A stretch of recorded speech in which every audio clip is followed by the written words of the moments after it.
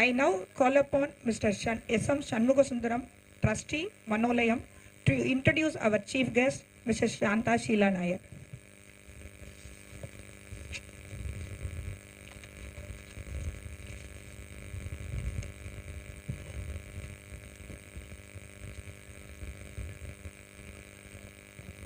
பெருமதிப்பிற்குரிய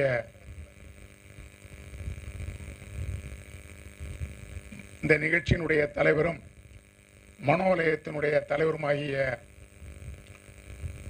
திருமதி கண்ணகி அக்கா அவர்களே,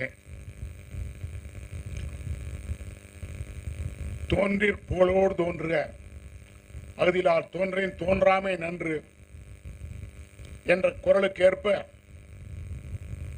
புகழோடு நம்முடைய தமிழக அரசின் பல்வேறு துறைகளில் பணியாற்றி இந்திய அரசிலும் செயலாளராக பணியாற்றி ஓய்வு பெற்று இங்கு நம்முடைய அழைப்பை ஏற்று சிறப்பு விருந்தினராக வருகை புரிந்துள்ள பெருமதிப்பிற்குரிய மேடம் சாந்தா ஷீலா நாயர் IAS அவர்களே, இந்த மனோலயம் உருவாவதற்கு முக்கிய காரணங்களில் ஒருவராக இருந்த பெருமதிப்பிற்குரிய நேர்மையின் இமயமலை என்று சொல்ல வேண்டும் திரு AM சுவாமிநாதன் IAS அவர்களே, பெருமதிப்பிற்குரிய உயர் சிவசேலம் IAS அவர்களே, அவர்கள் நம்முடைய தமிழ்நாட்டு பணியில் இல்லை, மேற்கு வங்காளத்திலே IAS அதிகாரியாக பணியாற்றியவர்கள். ஆகையால் உங்கள் பெரும்பாலருக்கு அவரை பற்றி தெரிந்திருக்க வாய்ப்பில்லை. மனோலயம் உருவாவதற்காக நன்கொடை வழங்கிய நன்கொடையாளர்களே, மனோலயத்தில் தங்கியிருக்கக்கூடிய சகோதர சகோதரிகளே, எங்களுடைய அன்பான அழைப்பை ஏற்று இந்த நிகழ்ச்சியில் கலந்து கொள்ள வருகை புரிந்துள்ள பெரியவர்களே, நண்பர்களே, உங்கள் அனைவருக்கும் முதலில் என்னுடைய அன்பான வணக்கத்தினை தெரிவித்துக் கொள்கின்றேன். 20 ஆண்டுகளுக்கு முன்பாக இந்த மனோலயம், இந்த கட்டடம் தற்போது முதலமைச்சராக இருக்கக்கூடிய மாண்புமிகு ஸ்டாலின் அவர்களால் திறந்து வைக்கப்பட்டது. கட்டடம் வருவதற்கு முன்பாக இந்த இடம் கட்டாந்தரையாக இருந்தது.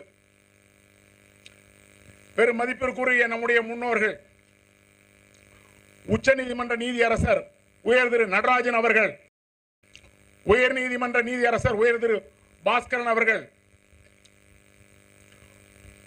திரு சம்பந்தம் அவர்கள், திரு கார்த்திகேயன் அவர்களுடைய சகோதரர் திரு சம்பந்தம் அவர்கள், கண்ணகி அக்கா போன்றவர்கள், இவர்களுடைய திரு KTR அவர்கள், KT ராமச்சந்திரன் அவர்கள், இவருடைய சீரிய முயற்சியால் தான் இந்த கட்டடம் இங்கே உருவாக்கப்பட்டது.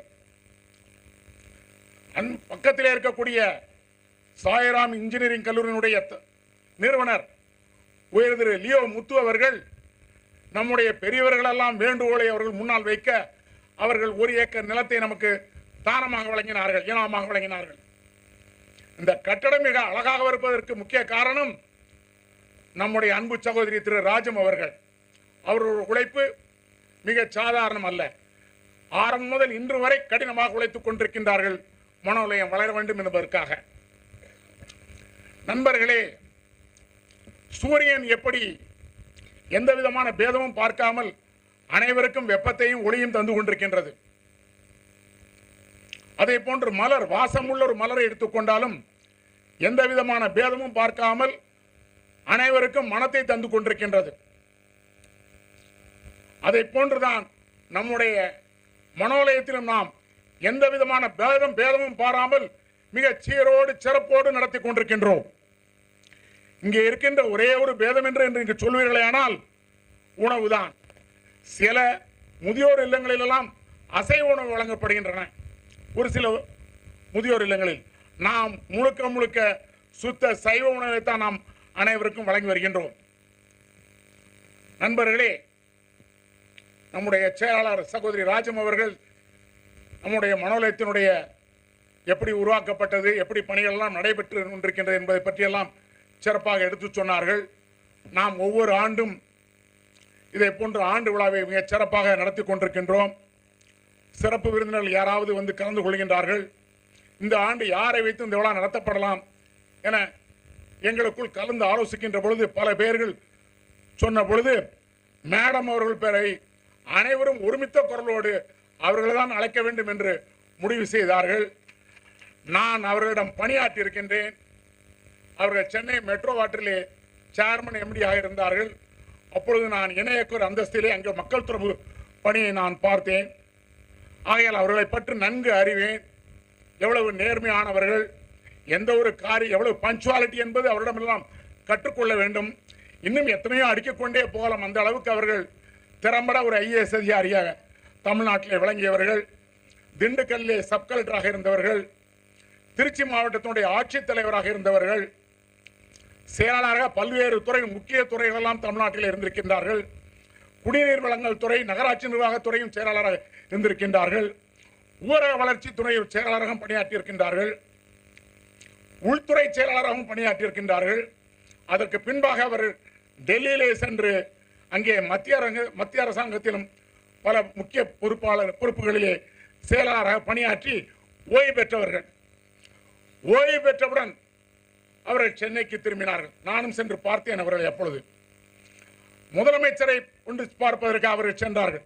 அப்பொழுது முதலமைச்சர் புரட்சி தலைவி செல்வி ஜெயலலிதா அவர்கள், தமிழ்நாட்டினுடைய முதலமைச்சர். இவர் கட்டசி கால் என்பதற்காக அவர்கள் சென்று பார்த்தார்கள். பொக்கே எடுத்துக்கொண்டு சென்று செல்வி ஜெயலலிதா அவர்களை பார்த்தவுடன், நான் ரிட்டையர் ஆகிவிட்டேன் என்ற செய்தியை சொன்னவுடன் அவர்கள் கேட்டார்கள், what is your future plans என்று அவரிடம் கேட்டார்கள். இது மேடம் என்னிடம் சொன்னதுதான், இப்போது சொன்னதில்லை. அவர் ரிட்டையர் ஆகி வந்த நேரத்தில் சொன்னதை நான் இப்பொழுது இங்கே நினைவு கூறுகின்றேன். ஜெயலலிதா அவர்கள் கேட்டார்கள் இவரிடம், what is your future plans என்று. உடனடியாக மேடம் அவர்கள், ஐ ஆம் prepared to work for government but I will not work for private என்று ஓங்கி அடித்து விட்டார்கள்.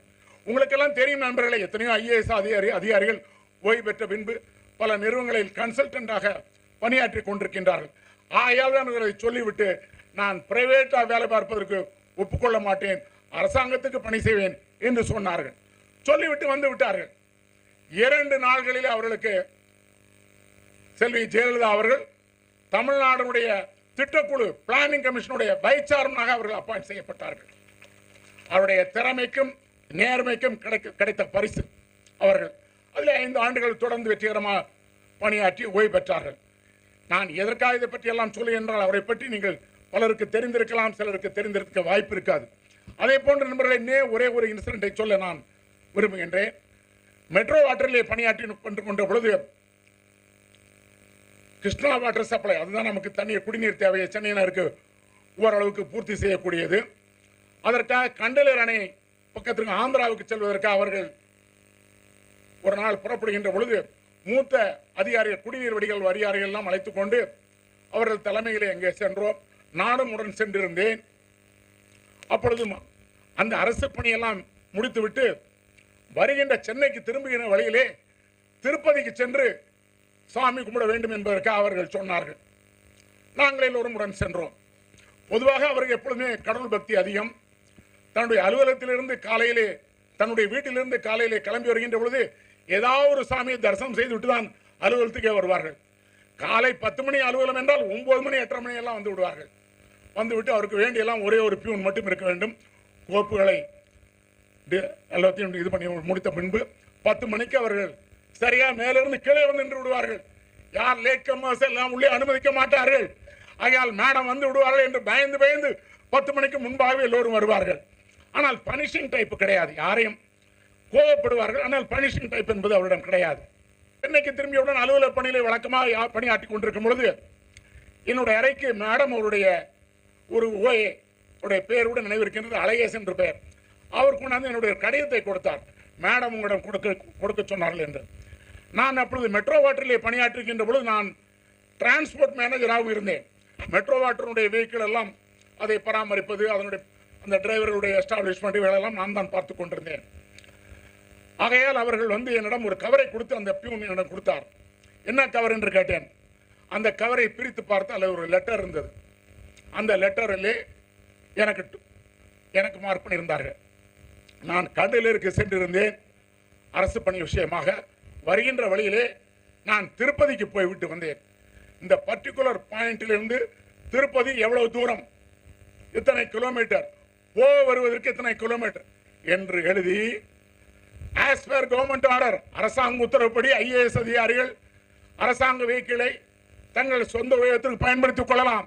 ஆனால் கிலோமீட்டருக்கு இவ்வளவு ரூபாய் என்று அரசாங்கத்துக்கு கட்டிவிட வேண்டும் என்று விதி இருக்கின்றது. அதை அவர்கள் மென்ஷன் செய்து, அந்த ஜிஓவை மென்ஷன் செய்து, நான் தனிப்பட்ட முறையிலே இதை பயன்படுத்தியிருக்கின்றேன். ஆகையால் அந்த தூரத்துக்கு இவ்வளவு கிலோமீட்டருக்கு, ஒரு கிலோமீட்டருக்கு இவ்வளவு தூரம் என்று கால்குலேட் செய்து எனக்கு அதற்கு உண்டான செக்கை மித்துடன் இணைத்திருக்கின்றேன். Kindly acknowledge and issue receipt என்று எனக்கு அனுப்பிவிட்டார்கள். நான் பார்த்தேன் அதை. ஒரு 400 ரூபாய் 450 ரூபாய் இருக்கும் என்று கருதுகிறேன். இதற்கு ஏன் மேடம் வந்து இது கொண்டு ஒரு செக் கொடுக்குறாங்களே, சரி நான் நேரில் வரேன் அந்த அலையஸ் என்று சொல்லிட்டு லெட்டர் எடுத்துட்டு அப்படியே மேடம் ரூமுக்கு போனேன். என்ன சண்முக சுந்தரம்னு கேட்டாங்க.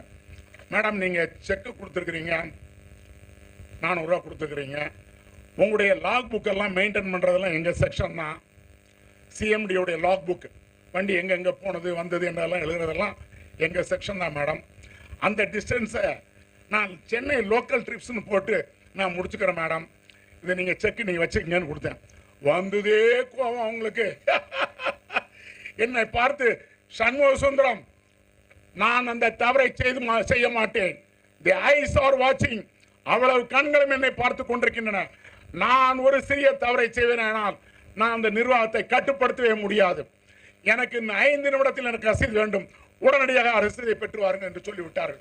நான் உடனடியாக ரூமை விட்டு வெளியே வந்து கண்ட்ரோலர் ஆஃப் ஃபைனான்ஸ் என்பவர் ஒருத்தர் இருந்தார், வெங்கடேசன், அவர் ரூமுக்கு சென்று இதை சொன்னேன். ஐயோ மேடம்கிட்ட நீங்கள் ஏன் சார் இப்படி போய் பேசுனீங்க, முதலே சொல்லியிருந்தா நானே சொல்லியிருப்பேன், அதெல்லாம் ஒத்துக்கூடவே மாட்டாங்கன்னு சொல்லி அவர்கள் உடனடியாக ரசீதை தயார் பண்ணி என்னிடம் கொடுத்து அதை கொண்டு அவரிடம் சென்று கொடுத்த பொழுது என்னுடைய உட்கார சொல்லி அதுக்கப்புறம் என்னோட விளக்கம் சொன்னார்கள். இதை போல் நடந்து கொள்ளக்கூடாது, நாம் நேர்மையாக நடந்து கொள்ள வேண்டும், நாம் இந்த தவறை நான் செய்வேனே ஆனால் நான் மற்றவர்களை தட்டி கேட்க முடியாது என்று சொன்னார்கள். நான் ஏன் இதை இங்கே சொல்லுகிறேன் என்றால் அவருடைய நேர்மைக்கு உதாரணத்திற்காக நான் அதை சொல்லேன் நண்பர்களே. அதே போன்று நண்பர்களே, மழைநீர் சேகரிப்பு என்பது மிக இன்றைய தினம் எங்கும் பேசப்படுகின்றது, எங்கும் நிறைவேற்றப்பட்டுக் கொண்டிருக்கின்றது. ஈவன் அரசாங்க கட்டிடங்கள் எல்லாம் இன்றைய தினம் மழைநீர் சேகரிப்பு இருந்தால்தான் எம்எம்டிஏலே அனுமதி வழங்குகிறார்கள். அந்த அளவுக்கு வரப்பட்டிருக்கின்ற என்றால் அதற்கு காரணம் அவர்கள் தான். காரணம் 93, 94, 95 ஆண்டுகளிலே அவர்கள் சென்னை குடிநீர் வாரியத்தில் இருக்கின்ற பொழுது மழைநீர் சேகரிப்பு திட்டத்தை என்ன என்பதை பற்றி ஒரு விழிப்புணர்வை ஏற்படுத்தினார்கள். சென்னையிலே பல இடங்களிலே கூட்டங்கள், எல்லா அலுவலகங்களையும் இதை பற்றி அறிமுகப்படுத்துகின்ற கூட்டங்கள் நடைபெற்றன. அப்பொழுதுதான் ஆரம்ப கட்டம். ஆனால் அந்த மழைநீர் சேகரிப்பு என்பது மிக சென்னை மட்டுமல்ல தமிழ்நாடு மூலம் பிரபலமானது என்றால் மேடம் அவர்கள் அங்கே செல்வி ஜெயலலிதா முதலமைச்சர் அவர்களை சந்தித்து மழைநீர் சேகரிப்பதனுடைய அவசியத்தை பற்றி எடுத்து சொன்ன காரணத்தால் அவர்களும் அதை ஒப்புக்கொண்டு அந்த திட்டத்தை விரிவுபடுவதற்கு மிகவும் ஒத்துழைப்பாக இருந்தார்கள். அவையெல்லாம் வருவதற்கின்ற காரணம் மழைநீர் சேகரிப்பு திட்டம் என்ற தினம் பிரபலமாவதற்கு காரணம் மேடம் அவர்கள் தான் என்று சொன்னால் மெட்ரோ வாட்டரில் அந்த நேரத்தில் பணிபுரிந்த அலுவலர்கள் அனைத்துக்கும் தெரியும். பின்பு அந்த திட்டம் இப்பொழுது பிரபலமாகிவிட்டது. இவ்வளவு ஒரு சிறந்த பெண்மணியை நாம் இன்றைய தினம் சிறப்பு விருந்தினராக அழைத்திருக்கின்றோம். நமக்கெல்லாம் மிக பெருமையாக இருக்கின்றது. ஆகையால் அவரை பற்றி அறிமுகப்படுத்த வேண்டும் என்று சொன்ன காரணத்தால் நாம் இந்த சில செய்திகளெல்லாம் நீங்களும் தெரிந்து கொள்ள வேண்டும் என்பதற்காகத்தான் இவைகளெல்லாம் உங்களிடம் பகிர்ந்து கொண்டேன். ஆகையால் மேடம் அவர்களை வருக வருக என உங்கள் அனைவரும் சார்பாக கேட்டுக்கொள்கின்றேன். நன்றி, வணக்கம். Thank you.